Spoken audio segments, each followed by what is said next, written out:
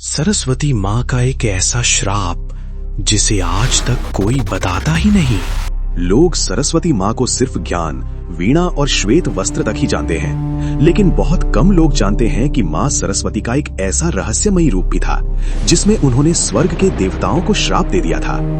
कहानी शुरू होती है जब ब्रह्मा जी ने सृष्टि रचना शुरू की तो देवताओं को बोलने की शक्ति दी गई, लेकिन ज्ञान का अहंकार आ गया।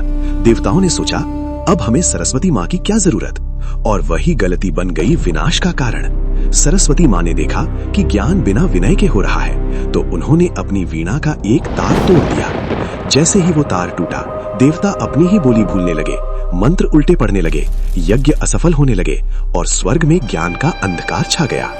ये था सरस्वती माँ का गुप्त श्राप। जो ज्ञान का अपमान करेगा उसका ज्ञान ही उससे छीन लिया जाएगा। इसीलिए पुराणों में लिखा है सरस्वती माँ की पूजा बिना अहंकार के ही सफल होती है। सबसे बड़ा रहस्य, इस श्राप के बाद सरस्वती माँ काफी समय के लिए पृथ्वी से अदृश्य हो गई और ज्ञान का प्रवाह रुक गया। इसीलिए आज भी कहा जाता है जब तक विद्या के साथ विनय नहीं होता, सरस्वती कृपा नहीं करती।